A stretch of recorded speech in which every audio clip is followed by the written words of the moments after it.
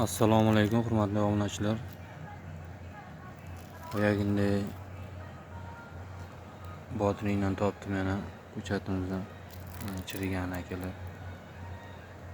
Bu menimcha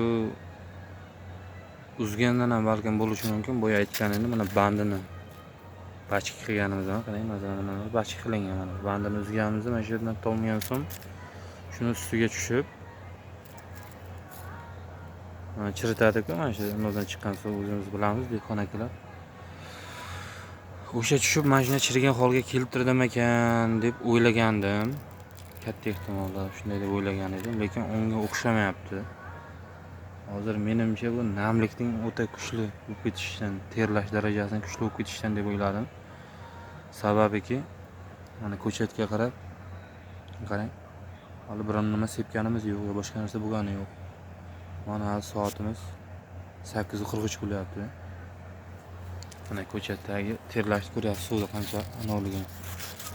Qarang, qanaqa yiltillab mana.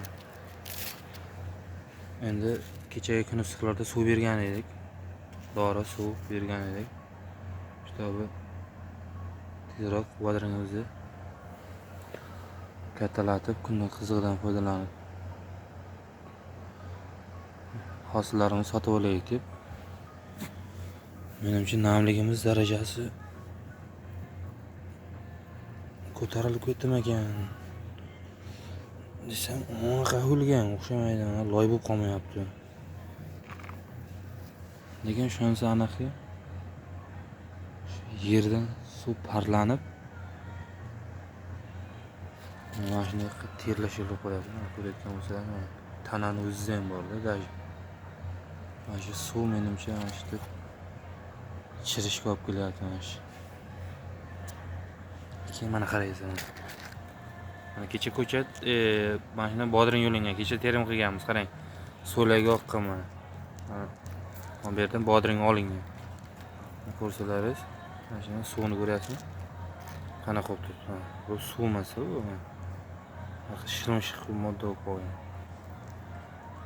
Men deganim mana shu narsa ustiga tushib, chirityaptimi ekan deb o'ylagan edim. Lekin mana ko'rsangiz, mana bellarda ham bor-da.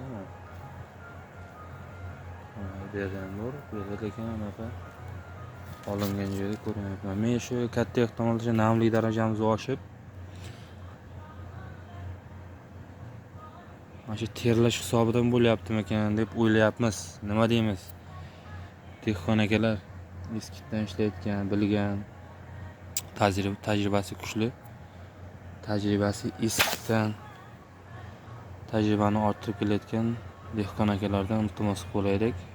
Kommentariyaga nima qilsak bo'ladi?